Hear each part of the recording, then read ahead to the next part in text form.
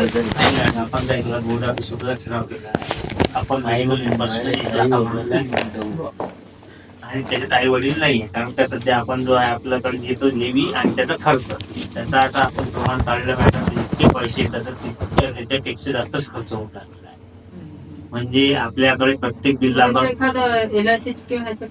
बघतो की इन्शुरन्स काही पैसे सर आमची कपात करा ना त्या ठिकाणी मी प्रोसेस सुरू केली होती आता कसं बऱ्याच तुमची संख्या जास्त असेल की तेवढं तुमचा प्रीमियम आणि यांचं काम करून द्या. महात्मा फुलेमध्ये नाही बसत का? महात्मा फुले बसतात ना मॅडम गव्हर्नमेंट मध्ये कोणाला करायचं नसतं आणि गव्हर्नमेंटचे केलं त्याचं रिम्बर्स करतोच ना काय मॅडम औषधीला खर्च लागणारच नाही आणि काय होतो आता आपण जे आहे इन्शुरन्स तुम्ही चेक करतोय ते एक सोपं पर्याय सर 1-2% तुम्ही जर वाढवली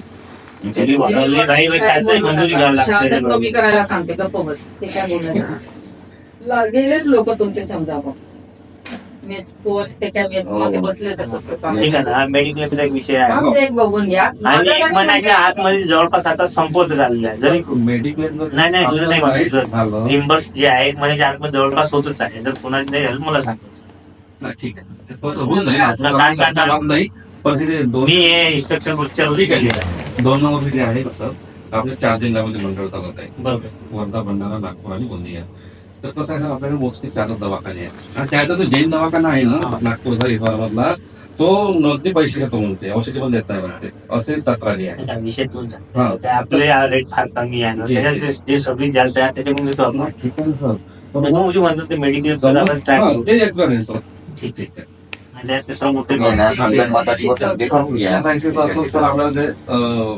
एखादी समजा आम्हाला तब्येत हे झाली किंवा आम्हाला 4 दिवस सुट्ट्या काय घेतल्या मेडिक्लेम ते अजून मिळत नाही सर ESIC नाही म्हणजे कसं आहे उपचार मिळतो आम्हाला मी असं नाही म्हणत नाही मिळत उपचार मिळतो परंतु समजा मी जर 4 दिवस घरी राहिलो ESIC तशी 70% जे काही बेसिक प्लस नाही म्हणजे तसं नाही म्हणत सर बेसिक प्लस जो आपला ESI असतो त्याचं मिळून ते रोजी निघते 638 रुपये बरोबर आहे ते मिळायला पाहिजे सर आपल्याला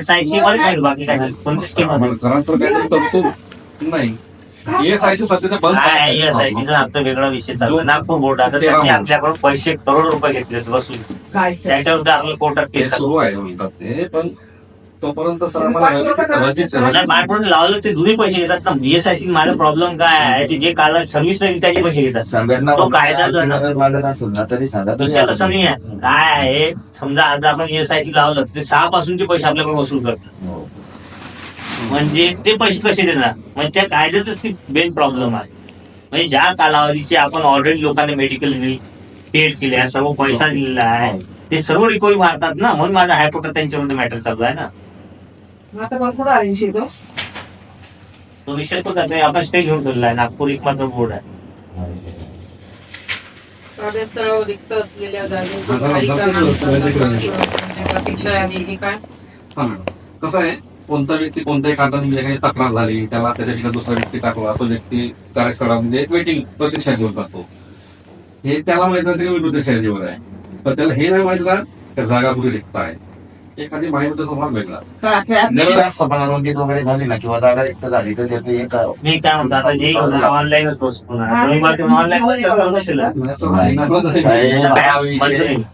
हा विषय आपला कधी झाला बाबा ज्यावेळी आम्ही उपोषण केलं पुढं त्यावेळेस तुम्हाला हा विषय मी मांडलेला होता त्यावेळी तुम्ही काय या गोष्टीला झाले किती वर्ष 3 वर्ष होऊन गेलं तर तो त्याचं काम होत नाही एक तर गोष्ट काय आहे माझ्याकडे सध्या प्रतीक्षा माणूस म्हणजे असा कोणताच गार्ड नाही त्याला एम्प्लॉयमेंट नाही रिक्त झालेले की तर लावा ना ठीक आहे त्याचे वेटिंग मी काय म्हणजे जे गार्ड आपल्याकडे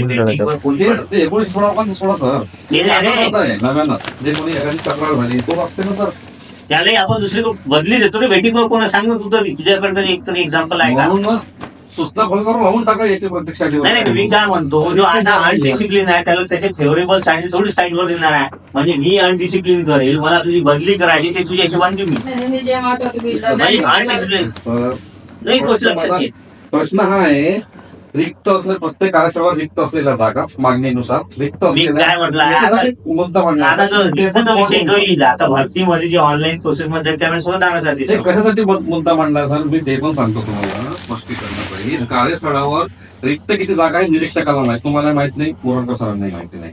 ठीक आहे, त्यांनी कुठे जागा कुठे आहे हे वस्तुस्थिती काय आहे ते एखादी जर तक्रार झाली तो 4 दिवस असं लेनदान करतो, 5 दिवस नोकरी मागायला जातो स्पष्टीकरण दिल्यानंतर, अरे म्हणजे जागा खाली नाही. मग याची माहिती त्याला कशी राहील खरंच जागा खाली नाही म्हणून? तर ते सुद्धा फलकावर ठेवा ना सर, हे मला माहिती अद्ययावत करा ना सर, आठवड्याची महिन्याची जे काही आहे. आणि हे पण करा की कोण वेटिंगवर आहे त्याला पाठवा. कधी कधी काय होते सर, तो 15 दिवसापासून जर वेटिंगवर असला त्याला नोकरी मिळत नाही आणि त्याची आज तक्रार झाली तर दुसऱ्या दिवशी नोकरी मिळते. हे कसं काय? ते वस्तुस्थिती आहे. नाही तुला सांगतो त्या 2 ते 4 गाड तुमचे अशी आहे का त्यांना कोणताच मालिक घेत नाही, 7-7-8 पर्यंत तक्रार झाली आहे. असेच लोक 15 दिवस असतात. आता तुला सांगतो माझ्याकडे एक माणूस येतो, एक तुला सांगतो एक्झाम्पल, तुला काय नाव असेच सांगणार मी. एक माणूस असा आहे तो दारू पिऊन येतो, त्याला एकाकडे दिलं मालक नाही म्हणतो, दुसरा म्हणतो, तिसरा म्हणतो, म्हणजे जे 7-8 वेळा आहे हॅबिच्युअल लोक आहे, कधी गायब होतात, दारू पिल्याशिवाय काम चालत नाही. त्यांना घेऊच नका असं जाऊ दे. आमचं ह्युमन राईट पण चालवावं लागतं आणि त्यांच्या फॅमिली वाले येतात, बायका पुढे येतात. बरं त्यानंतर प्रश्न घेऊ का हे आपला तर हे जे बरेच गाड आहे असे. हे ऍक्सेस आणि आता तुला सांगतो आता त्या गाडीलाही मी जॉब देऊन राहिलो, कारण माझ्याकडे वेटिंग संपलेली आहे. नाही 2 वर्ष अगोदर अशी 40 गाडी मी नेहमी वेटिंगला ठेवायचं. तू म्हटलं ना जसं बॉल फिरवायचं, आता त्याही लोकांना मी जॉब देतो, कारण माझ्याकडे पॉईंटच नाही. पॉईंट जाण्यापेक्षा म्हटलं जाऊ दे, कसंही काम करू दे. सर कसं आहे रिक्त जागांना हे निरीक्षक साहेब म्हणत असते, पण मी आजही सांगतो कमीत कमी 4 ते 5 वर्षापासून FCI अजनी इथे 2 जागा नेहमीच रिक्त असतात. चौकशी करा आपल्या लेवलवर. MIDC बुट्टीबोरी इथे आजही सिव्हिल मध्ये 2 जागा रिक्त आहे. ENF मध्ये 1 की 2 आहे तर मला माहिती नाही. जागा रिक्त असताना गजानन नडबोळी अर्ज टाकला आहे, त्याला बदलीच नाही. बदली काय जागा असून सर आपण आपल्याकडे सुनील भोर आले होते, त्याला घेऊन आपण नोट पण केले नाही आपल्या डायरीमध्ये, तरी पण बदली झालेली नाही. दीड वेळा. ठीक आहे ना, बदलीचं काय विषय आहे मॅडम. तुमच्या लेवलला जागा रिक्त होती ना सर. जागा इतकं केली पाहिजे. असं नाही बाई, मला तुला काय म्हटलं, सर्वात महत्वाचे आजच्या घडीला मला बदली करतानाही एक प्रॉब्लेम आहे का माझ्याकडे गाड कमी आहे. जोपर्यंत आता नवीन जे वेटिंगचे गाडी येत नाही तोपर्यंत जुन्या लोकांनाही हलवणं सोपं नाही, कारण का बऱ्याच पॉईंटला कमी आहे. FCIला 5-10 गाड कमी आहे, त्याच्यात त्यांचा माणूस आणखी काढून दुसरीकडे टाकला तर त्यांचं पॉईंट आणण्याची भीती आहे. जोपर्यंत आता माझी नवीन भरती होत नाही तोपर्यंत सर्वांची चेन वाजवू शकत नाही, कारण आहे त्या लोकांना करावंच लागेल. माझ्याकडे बरेच लोक येतात, मी नाही म्हटलेलं नाही आहे, परंतु काय आहे जोपर्यंत आता बॅकअपला माणसं येत नाही तू सर्व लोकांचं केव्हा बघशील, कारण पॉईंट उघडं टाकून तर करता येणार नाही, कारण त्याला हलवून त्याच्या कॉम्पिटिशनला दुसरा माणूस द्यावा लागेल. नाही सर ते तो ऑफिसवर आहे, 3 लोक ऑलरेडी आहेत रेग्युलर. ज्या ठिकाणी तो गजानन पण काढा 3 लोक ऑलरेडी आहेत. एक पण वाढतो उलटा. म्हणजे काही माणसं पूर्ण ऑफिसवर पकडून आहेत, ऑफिसवरला काढा 3 लोक ऑलरेडी आहेत तिथे, कमी का माहिती जी चालेल. नाही कारण निरीक्षक साहेबांचं असं म्हणणं आहे, कारण आलं पुरावा नाही सर तुमच्याकडे माझ्याकडे. आहे ते येऊन माझी तक्रार केली चौकशीमध्ये म्हणून गजानन मला बिलकुल बदली देत नाही. तो राहील. पुरावा नाही. कोणाला म्हणले होते? जे बोललो ते सांगेल. ठीक आहे. सर 5व्या नंबरचा जो मुद्दा आहे नगरसेवकाबद्दल आहे, तर फक्त आमची विनंती आहे असं की नगरसेवकाला आपल्या मंडळामध्ये नोकरी करता येते का, आपण आपल्या माहितीनुसार काढतो. नाही. आता हे विषयावर बघा क्लिअर कट डायरेक्शन असे काहीच नाही असलेलं, कारण बोर्ड जरी गव्हर्नमेंटचं असलं तरी प्रायव्हेट आहे. मॅडम याच्यात काही आहे का गाईडलाईन, कारण नगरसेवक एक माणूस आहे आपल्याकडे, पण नगरसेवकाला काम नाही करता येत असं आपल्या ऍपमध्ये कुठं आलं नाही. हा मुद्दा माझ्या पहिल्यापासून आम्हीच तुम्हाला विचारतोय का? म्हणजे एक आपला गाड आहे तो समजा इलेक्शन मध्ये येऊन जाईल, नगरसेवक आहे, तर यांचं म्हणणं आहे नगरसेवकाला जॉब करता येईल का, कारण आपलं गाड प्रायव्हेट आहे, तो स्वतःचा मोरांका सर शासकीय म्हटलं होतं. गाड बोर्ड शासकीय आहे, गाडबोर्ड शासकीय, पण तुम्ही प्रायव्हेट आहे. स्टाफ शासकीय आहे, परंतु कारण काय आहे, आता त्याच्यात काय विषय होतो, तर जॉब करून जर करत असेल तर नाही करण्याचं काही नाही, समजा त्याला आपण काढलं आम्ही तुमच्याकडे माहिती मागतोय का असं करता कारण येईल. काय आता इंटरप्रिटेशनच्या हिशोबाने मला हा भाग मला हे बघायला लागेल की नगरसेवकाच्या ह्याच्यात काय टर्म्स अँड कंडिशन आहे. नगरसेवकाने मॅडम याचे त्यांचे टर्म अँड कंडिशन राहते, प्रायव्हेट व्यक्ती असतात ना, कारण त्यांचं ते काही फुल टाइम जॉब नसतो. नगर टाइम किंवा हा ग्रामपंचायत आणि संस्था. आम्हीच कॅल्क्युलेट आहे त्याच्याबद्दल, तर मग आम्हाला तुम्ही त्याची माहिती काढू आता नक्की काय नाही, आहे. तो एक तर बोर्डाचा हे नाही, एम्प्लॉई नाही, कर्मचारी नाही की ज्याला आपण बार करू शकू की तू आमतो करू नको, तू नगरसेवक बनू नको. आमच्या हा, तो जर आपली शासकीय सेवेचं कसं ड्युटी नाही असतं, करणार तर आपण त्याच्यावर कारवाई करू. 8 तास काम करून तू जर काही करत असेल तो जर शासकीय सेवक असेल पण तो आपण लिखित मध्ये त्याला राजीनामा आले देऊन मगच तो कंटेस्ट करू शकतो. तो शासकीय सेवक नाहीये. आणि लिखित मध्ये आपण परमिशन देत नाही. आपल्याला 2-4 लोकांनी दिलं होतं आम्हाला पण इलेक्शन. मला तर आपण घेऊन दिलं ना, तो लोकसेवक नाही. तू 8 तास काम कर तेवढं फक्त तू काही कर. करू शकतो ना.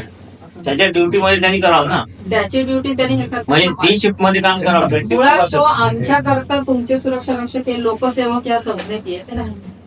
काय आहे मॅडम, हा board enacted by the law आहे. But guard private security guard असतो, ते देअर प्रोटेक्शन घेतलाय गव्हर्नमेंट. म्हणजे हे एक ट्रस्ट आहे. प्युअरली बोर्डची कन्सेप्ट ट्रस्टवर असते.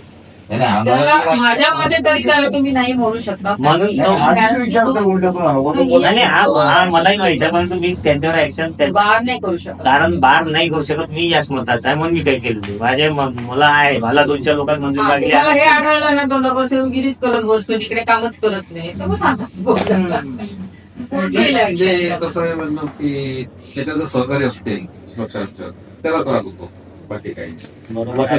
नाही महत्वाचं असं. त्याला माहितीच म्हणावं की त्यांनी त्याचं काम केलं पाहिजे. नाही केलं तो त्या आहे का हे विचारतोय आम्ही.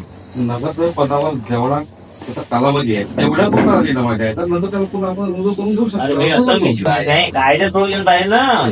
मला काय वाटतं महत्वाचं नाही भाऊ.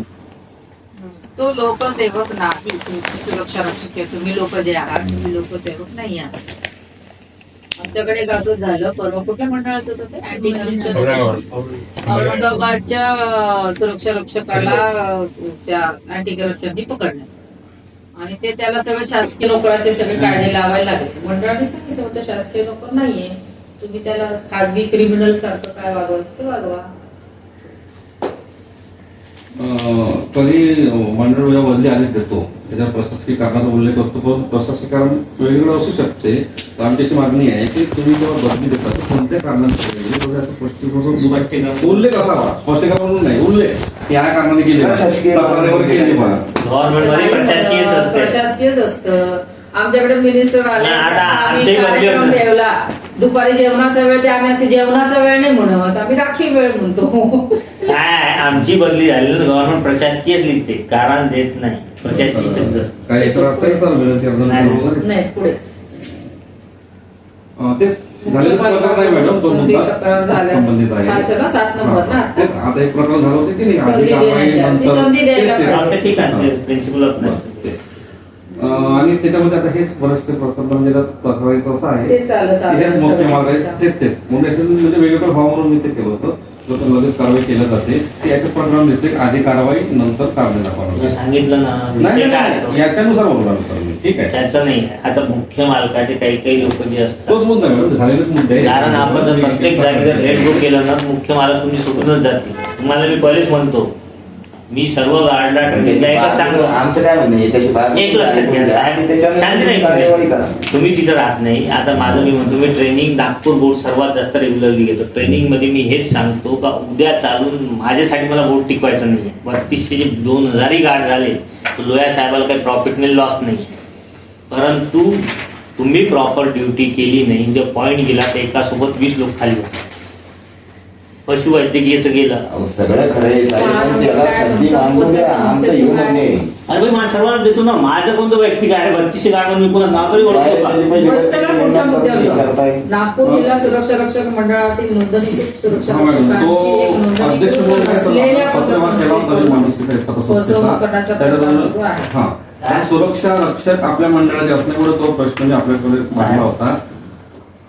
पोलीस कंप्लेंट केली का? करून नाही नाही आम्ही नाही केली मॅडम. सरांचं मत मागितलं म्हणजे आम्ही पण परमिशन मागितली का जे आमचा संघटनेचा रजिस्ट्रेशन नंबर आहे हम्म. तो वापरून आम्हाला पतसंस्था सुरू करण्याची परमिशन द्यावी, कारण ते करत आहे. बघा पतसंस्थेत मॅडम आपलं गव्हर्नमेंट जी आर आहे, आपण कोणत्याच पतसंस्थेला मंडळामार्फत मंजुरी देत नाही, कोणाचे पैसे देत नाही. प्रायव्हेट का तसं ना, तो स्वतः नाही सर, सर, दिशा नाही. मंडळ पैसे वापरून देत त्याची. ती लागतो तसं. नाही सर, तसं नाही म्हणता येईल. मग ऐका ना सर, पोलीस कंप्लेंट करून नोंदणी अधिकारी आपण ऐकले सर कायचं संघटनेचे हा संघटन माणूस की सुरक्षा रक्षक संघटनेने आपल्याला घेतलं की नाही घेतलं. NGP 58 हा ठिकाण घेतला ना ते. तो डेप्युटी थोडं वेळ तर तो ट्रेडिंगचा विषय तो वेगळा आहे. त्यांच्याकडे एक वेगळा अर्ज देऊन टाका, नोंदणी आणि काय त्या विषय काय सांगतो जी चालतंय. क्रेडिटचा काय विषय मग तुझं काय संबंध नाही. हो, दाखवतो. म्हणजे कायद्याच्या संबंधात नाही सर. आता सिक्युरिटी संबंधित नाही तो विषय. नाही आहे पण आमचे लोक तिथं म्हणजे त्यांनी अरे भाई विचारलं. माझ्याकडे चार्ज आहे म्हणून दोन्ही गोष्टीचं नाही तर ट्रेडिंग डेप्युटी रजिस्टर हे वेगळी सिक्युरिटी पद आहेत हो. कार्यालय हा त्यांच्यासाठी कसं आहे? जी आधीला ना काय तो वेगळा आहे. हे बघा सर, विषय काय सांग मला फक्त. हे रजिस्टर नंबर आहे हो. माणूस ते फाउंडेशन असेल ना. याच्या खाली अंडरलाईन बोर्ड नाव माणूस सुरक्षा रक्षक पतसंस्था नागपूर, ठीक आहे. सभासद नोंदणी फॉर्म इथे रजिस्टर नंबरच नाही आहे, म्हणजे त्यांनी हाच नंबर वापरून रजिस्टर नंबर टाकून पाणी काम सुरू देणं केलं. सगळं. फॉर्म भरणे सुरू केलं. पतसंस्थेचं कंट्रोल कोणाकडे असते. ते सहकार्य निबंधकाकडे. तिथे करा. जे लोक आमचे लोक पाणी भरायचं काम त्याच्याकडे करायला. पण सर डेप्युटी रजिस्टर ट्रेडिंगचं काय काम आला तो पतसंस्था चालू होतं चुकीची आहे बरोबर आहे डेप्युटी हे बघेल असिस्टंट रजिस्टर बघेल कोण तक्रार करा. त्याला करणार कॉर्पोरेटिव्हला करणार हे थोडं नाही म्हटलं काय माझं थोडं घरचं काय माणूस नंबर कसा वापर करून हे म्हणत आहे सर, कागद वापरत आहे. नंबर वापरला आता त्याचा विषय आता बोट असतो त्याला त्याच्यामुळे मोड देतो. आज तू पुन्हा 10 नंबर वापरशील तर मी त्याला उत्तर देईल का आज ना काय बघ. त्या डिपार्टमेंटला नाही ना आता विचारू शकत नाही आज काय बघ. उद्या तुम्ही 10 लोकांचे नंबर वापरताय एकच तुमचा माणूस 6 वेगवेगळ्या लेटर रेडिओ 6 पत्र देतो डेप्युटी रजिस्टर माहिती घेतोय त्याला तुमच्या काय हे करतोय असं नाही, असं करता येतं का? मागे म्हटलं मी ना काय म्हटलं, एक तर हा माझा विषय नाही त्यामुळे मला डिस्कस नाही करायचा. आणि तुम्हाला जे आहे ते कोऑपरेटिव्ह डिपार्टमेंटकडे तक्रार दिली हा पाहिजे. पण पतसंस्था नियमानुसार चालू होतं की मीच होतेच म्हणतो पतसंस्थावाले डिपार्टमेंट बघेल ना डेप्युटी रजिस्टर ट्रेडिंग बघणार. PF चा मुद्दा ह्यात होता तो घेऊन टाका. ते मिनिट्स की आपल्याला ठीक आहे. अजून काय त्याला विषय फक्त एक 3 मध्ये आदेश आहे, तुम्ही बदली आदेश काढलेला आदेश आहे. मुद्दा क्रमांक 2 त्याच्यामध्ये असं आहे, मंडळाने एखाद्याचा बदली आदेश काढला की तो त्या संबंधित काही दिवसात दुसरा बदली आदेश निघतो. कोणाचे नाव त्यातून कमी केले जाते तर कोणाच्या ठिकाणी दुसऱ्याला बदली दिला जाते, असं माझा मुद्दा आहे. आणि जेव्हा माझी बदली झालेली तेव्हा मी सरांकडे गेलो होतो, त्यांनी पहिले विचारलं तुझ्या बदलीला 6 महिने झाले का? ते म्हटलं नाही, 6 महिने झाले आहे. तुला सर ओके सर. परंतु या ठिकाणी असे हे बदली आदेश आहेत 30 जून 2023 चा पत्र क्रमांक 21 सिरियल नंबर सापडेल. ठीक आहे बदलीमध्ये काय म्हटलं म्हणजे त्याच्याबद्दल नाही म्हणजे फक्त हे असतं की एक ओमप्रकाश श्रीवास्तव आणि राधेश्याम सोमवारची आपली बदली आपण केलेली बदली ठीक आहे. ती झाली 30 जूनला आणि लगेच 4 जुलैला म्हणजे 4 दिवसांनी त्यातून नाव कपात झालं श्रीवास्तवचं आणि शास्त्रकाचं नाव आलं तुमच्या ठिकाणी. 4 दिवसात त्या व्यक्तीचं नाव का काढ केलं आम्हाला 6 महिने सांगतात. इथे पण असंच झालं आहे. 22 नोव्हेंबर 23 वैद्य आणि रंगारीची बदली झाली. वैद्याला पाठवलं मला ते एम्स ते बाजूला IIM हेमंत बाबाच्या आणि रंगारीला पाठवलं त्याच ठिकाणी. दुसऱ्या दिवशी 2 दिवसाचं पत्र निघालं. ते पत्र आहे ना माझ्याकडे. 2 ते 3 दिवसाचं जास्त ना. इथं रंगारीचं नाव कपात झालं. रंगारी त्याच ठिकाणी आहे मोबाईल केंद्रामध्ये वैद्य आहे. मला 2-3 दिवस चक्र काय अचानक तुम्हाला 6 महिने मला सांगत म्हटलं तर मला तेच नव्हतं काय मंडळ तुमचं काय आहे डायरेक्शन आहेत का काही? काय होते मॅडम लोक भेटला तिने खाली ड्रायव्हरपर्यंत तो विषय त्या ड्रायव्हर सांगितलं थोडंसं काहीतरी नियम आहे नाही. का? तुमच्या देवाच्या. ठीक आहे आणि सांगावं असं परस्पर होणार नाही. इथं येणार पण आणि काय करेल मॅडम सगळं.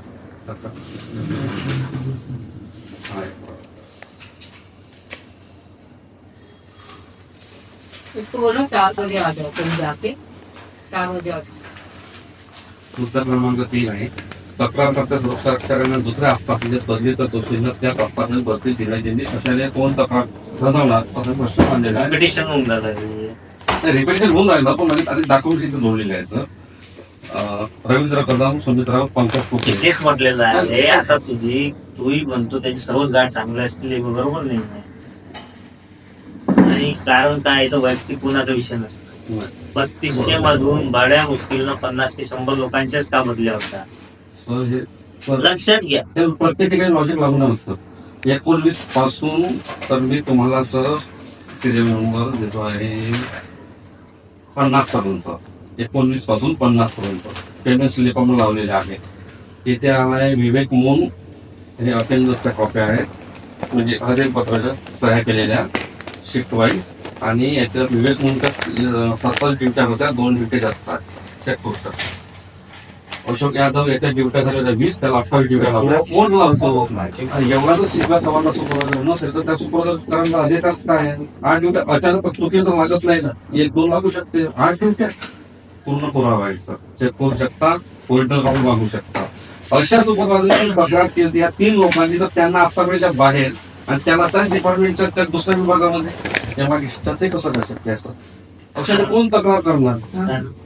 पूर्ण आधी पण रवी कोण तो पण पुराव्याशिवाय कोणताच विषय घ्यायला नाही. आणि तो तिथं सांगून वाईटाला पण त्यांना काही त्या मंडळाला की दातच दिले नाही. शेवटी कोण येतो सुपरवायझर? रवींद्र कोण. आणि आम्ही ऍक्च्युली एमआयडीसी मध्ये जात नाही हे प्रकरण घेऊन आपलं संघटने ऍक्च्युअली मंडळाच्या प्रतिमामध्ये घेऊन की सुपरवायझर कसे काम करतात आम्ही हे टाळतो. एमआयडीसी अधिकाऱ्यांकडे जाऊन तक्रार देऊ शकतो. एक्झिक्युटिव्ह इंजिनियर साहेब माझ्या घरून 9 किलोमीटर बसतात, मी जाऊ शकतो. त्याच मार्गाने आपल्याकडे येतो सर मी. ती तक्रार पहिल्यांदा कोण हाताळतो? तुमचा इन्स्पेक्टर हाताळतो का? जी पद्धत काय तुमच्याकडे? पहिले काय मॅडम, आता आपल्याकडे रेग्युलर माणूस नाही आहे. तो महाराष्ट्राकडे फाईल पाठवतो आपण, त्याच्याकडून सचिवाकडे मॅडम तिथे कोणी आहेच नाही ना. आता तो एकटाच राहिलेला आहे. उद्या आपलं बोर्ड तर चालवायचं आणि 3200 गाठ. तर सर आता ते कोल्हापूर मॅडम पोलीस त्याच मारोडकरच्या आम्ही याला पुराव्याविषयी तक्रारी सादर केल्या होत्या. बुवा साहेबांनी त्यांना डायरेक्ट सांगितलं 2023ला या माणसाला उचलून टाकत, कारण गंभीर आरोप होतो. पुराव्याविषयी आता जे साहित्याचे आम्ही सादर केले, साहेबांना स्पष्ट सांगितलं त्या माणसाला ठेवू नका. तो माणूस 2023 पासून आतापर्यंत तिथं साहेब काय बोलले होते, माझा दुसरा माणूस भेटला तर मी त्यांना बदलवून टाक. मग तोच माणूस का पाहिजे साहेबांना? आणि आता ते 3-4 महिन्यांनी रिटायर होता. बरोबर, एक साधारण ठीक आहे म्हणतात माणूस. आणि त्यावेळेस काय करणार? परत त्यांना म्हणतात मग आमच्या तक्रारींचं काय करणार? मॅडम त्याच्यानंतर इन्क्वायरी केली होती. इन्क्वायरीचा रिपोर्ट आले माळवे साहेबांनी. लोकांची निरोगी दिला आहे का ते तक्रार नाही. ओके, तुमच्याकडे दिलाय चला.